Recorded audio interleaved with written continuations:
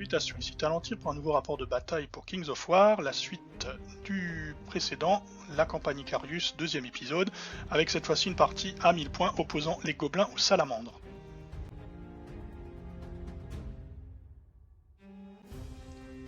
Le petit texte avec le background, la suite du background de la campagne, n'hésitez pas à le mettre en pause si vous souhaitez le lire. En résumé, le butin du raid des gobelins est attaqué par les salamandres, et qui l'ont récupéré, mais le roi Gilus n'est pas prêt à se laisser faire. La liste de Gilus.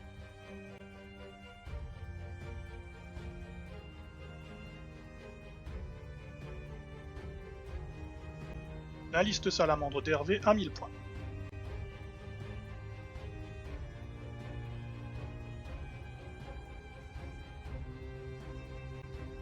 La gemme de vision de Gilus fait merveille, puis elle fait très mal à Hervé puisqu'il a très peu d'unités, puisque son armée est plutôt élitiste. Les gobelins forment donc une ligne de bataille pour l'embuscade, avec à l'ouest une balise et des racailles qui affrontent une horde de guerriers salamandres.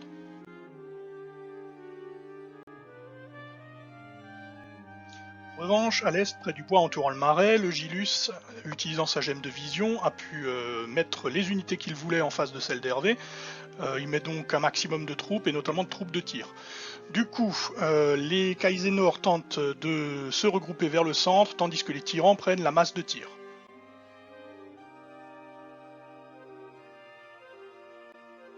Gilus n'a pas l'intention de laisser les tyrans sans envie de tirer à si bon compte, alors que ces derniers continuent eux aussi à bifurquer vers le centre, son trombone continue à les harceler ainsi que les autres tireurs, jusqu'à ce qu'ils ne soient quasiment plus en état de combattre. Hervé abandonne donc les butins qui se trouvent à l'est à Gilus, qui les ramasse au passage. Par contre, celui du centre fait l'objet de toutes les attentions, puisque les lanciers gobelins parviennent à les prendre, mais qu'ils ont déjà subi de lourdes pertes de la part du prêtre mage avec ses boules de feu et des Gekota. Ils ne résisteront pas à la charge des Kaizenor et du seigneur Salamandre.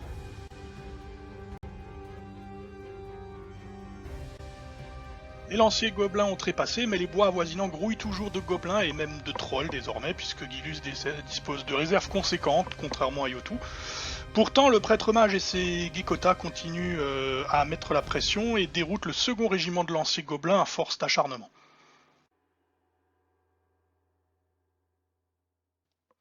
Pendant ce temps, sur le flanc ouest, les gobelins ont retardé autant que possible l'inévitable et ils finissent par se faire charger, heureusement enchaînés, par les guerriers salamandres qui se sont fait un peu harceler par la baliste, et eh bien les gobelins tiennent le choc dans un premier temps.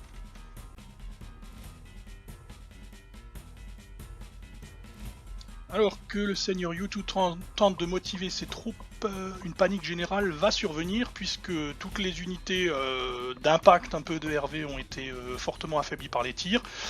Et cette phase de tir s'avère mortelle puisque les 3 unités déroutent en même temps. Gilus parvient à toutes les dérouter avec une phase de tir. Kaizenor, Tyran et guerrier Gekota disparaissent donc dans les bois, laissant leur commandant bien seul.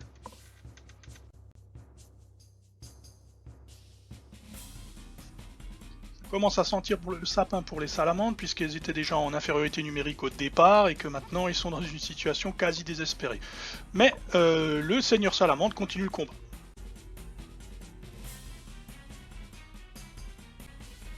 À l'ouest, les guerriers salamandres achèvent de mettre en déroute les racailles puis vont détruire la baliste.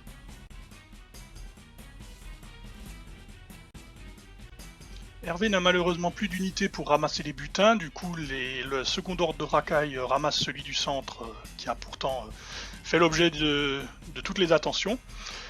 Et le roi gobelin tente de mettre le prêtre mage hors de combat, mais n'y arrive pas. Le seigneur salamandre s'interpose et repousse le chef gobelin ébranlé. Pendant ce temps, les guerriers salamandres sécurisent le butin devant la colline, ce qui en fait au moins.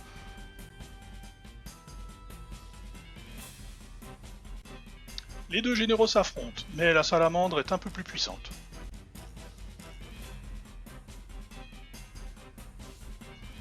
Les trolls arrivent à la rescousse de leur roi, mais un peu trop tard, puisque entre-temps Gilus s'est fait mettre hors de combat. Du coup, il n'y a plus de motivant à cet endroit-là, la situation devient donc dangereuse. Le seigneur Salamandre tente de charger les trolls pour leur reprendre le butin et réussir à les démoraliser. Mais malgré l'absence de leur chef, les monstres tiennent bon et finissent par balayer le chef Salamandre qui sera ramassé par ses soldats, tout comme Guilus d'ailleurs. Le prêtre mage, lui, parvenant à s'enfuir. A la fin de la partie, démoralisés, les salamandres battent en retraite, emportant 2 coffres butins avec eux, tandis que les gobelins sont parvenus à en conserver 3. C'est donc, on va dire, une bonne consolation. Guilus a réussi à reprendre la majorité de son butin. Et il s'empare également de la base des salamandres, à savoir un campement forestier dans la forêt de Galaïr. Il tire donc une carte qui s'intitule Campement forestier de Galaïr et qui vaut 2 points de campagne. Du coup, Gilus est à ce moment-là à 5 points de campagne. La prochaine partie arrive bientôt.